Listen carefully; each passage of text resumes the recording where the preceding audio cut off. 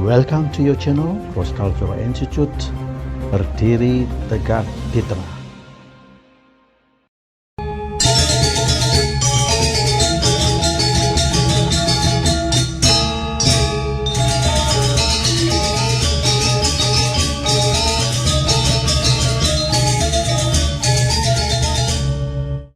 Assalamualaikum warahmatullahi wabarakatuh. Welcome to your channel, Cross Cultural Institute. Mengawali tahun baru 2022 ini, saya ingin pertama menyampaikan Bismillahirrahmanirrahim dan harapan kepada semua pihak bahwa tahun 2022 ini adalah tahun kemenangan kita, tahun kebahagiaan kita. Baik, mengawali tahun ini saya ingin kembali menyampaikan informasi bahwa channel Cross Culture Institute ini sebenarnya adalah channel yang menawarkan kepada Anda semua untuk sama-sama bagaimana kita memahami budaya orang lain dan mengambil manfaat yang sebesar-besarnya dari pemahaman budaya mereka itu. Oleh karena itu, saya ingin perkenalkan kembali apa sih sebenarnya yang ditawarkan oleh Cross Culture Institute kepada Anda semua. Mari pertama saya ingin ajak Anda testimoni saja apa yang telah kita lakukan selama ini. Ya, jadi ini ketika kami sedang berada di Iyamasi, ya, programnya di Iyamasi, di kota Iyama, di Provinsi Nagano, ya, yang programnya kita sebut dengan Snow Camp. Nah, Snow Camp ini diikuti kira-kira ada sekitar 600 orang lebih dari 20 negara. Ya, partisipannya, pesertanya dari anak-anak SMP sampai ke kakek-kakek. Mereka bergaul bersama di situ di acara Snow Camp, di acara Minshuku. Minshuku itu adalah penginapan di mana kita tinggal selama ada di Snow Camp ini, selama dalam program Snow Camp ini. Jadi di acara Snow Camp, di acara Snow Camp di siang hari, kita di samping melakukan kegiatan bersama seperti kita lihat itu, ya, lalu kemudian melakukan program parsial, ada yang hiking, ada yang bikin ice cream, ada yang bikin macam-macam kegiatan di snow. Ya, nah sedangkan sore dan malam harinya aktivitasnya di Minshuku, di penginapan-penginapan, mereka berdiskusi, tukar-menukar informasi dengan teman-temannya dari negara lain. Ya, itu dilakukan selama 4 hari 3 malam. Nah, di Minshuku itu mereka memperkenalkan diri kita masing-masing, bergaul dengan teman-temannya yang datang dari berbagai negara, ya. Nah, dari Indonesia antara 60-50 orang datang ke sana dan tidak ada dari mereka itu berada tinggal dalam satu penginapan selama di acara Snow Camp ini. Kenapa? Karena mereka supaya bergaul dengan bangsa lain, supaya berkomunikasi dengan bangsa lain.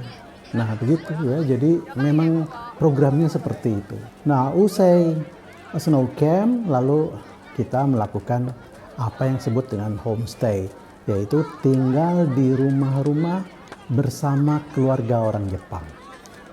Di berbagai provinsi, ya, di berbagai kota. Selama juga 4 hari 3 malam. Di sana mereka bergaul dengan keluarga, bergaul dengan tetangga, pergi jalan-jalan ke kota di mana mereka tinggal, ya. Kemudian melakukan berbagai macam aktivitas seperti latihan bahasa. Nah, persoalannya apakah yang pergi ke sana itu harus bisa bahasa Inggris atau bisa bahasa Jepang?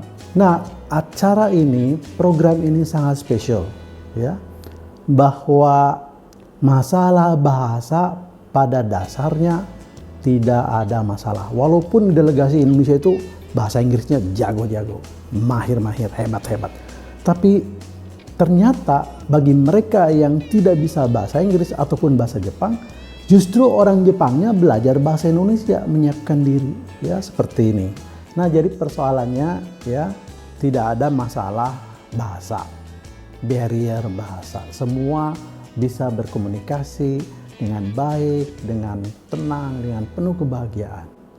Ya, jadi program ini benar-benar adalah cross culture exchange, ya, pertukaran antar budaya dari berbagai negara. Nah, untuk apa sih sebenarnya kita mengenal budaya orang asing itu? Pertama, bahwa kita memasuki era globalisasi ini yang harus menyiapkan mental dan attitude kita bergaul dengan seluruh masyarakat di dunia dengan cara dan model pergaulan yang selama ini kita tahu. Melalui era digital ini berubah cara berpikir kita, berubah mindset kita, dan yang paling penting itu adalah bagaimana kita mendapatkan advantage dari situasi global seperti saat ini, ya. Oleh karena itu, coba Anda perhatikan, ya, orang-orang yang paham tentang budaya negara orang lain, budaya kultur orang lain, budaya bangsa lain. Contohnya orang Jepang itu, ya, dia bisa menjual mobilnya ke seluruh negara karena dia tahu selera orang di mana mereka tinggal, ya. Jual mobil ke Amerika dengan jual mobil ke Indonesia itu beda di warna, beda di teknologi dan lain sebagainya, karena mereka mengerti bagaimana membuat mobil yang disukai oleh konsumen. Ya seperti itu, ya. Nah, bagi orang yang mengerti fashion, Anda akan mengerti bagaimana menjual produk ke Jepang ketika melihat orang Jepang pakaiannya, kesukaan pakaiannya seperti itu. Dan banyak hal lagi. Jadi persoalan memahami budaya bukan persoalan mengenal dengan orang yang berbeda budaya, berbeda agama, berbeda suku, berbeda bangsa. Bukan itu. Tapi yang lebih penting lagi, bagaimana perbedaan-perbedaan itu merubah sikap kita dan memberi manfaat kepada kita.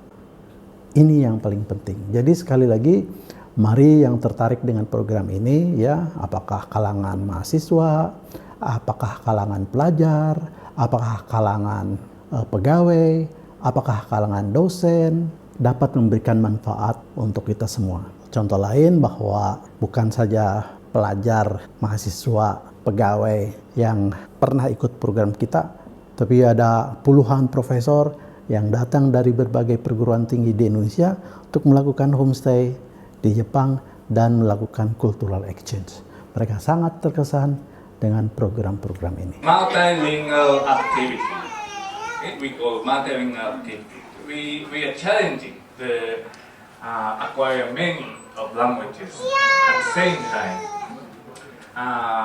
Not only English but German, Spanish, and French, many languages, including of course Indonesian too.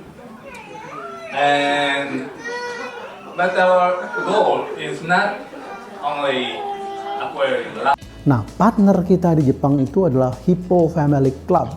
Ada 30.000 membernya dan mereka siap menjadi host family Anda. Terima kasih. Assalamualaikum warahmatullahi wabarakatuh.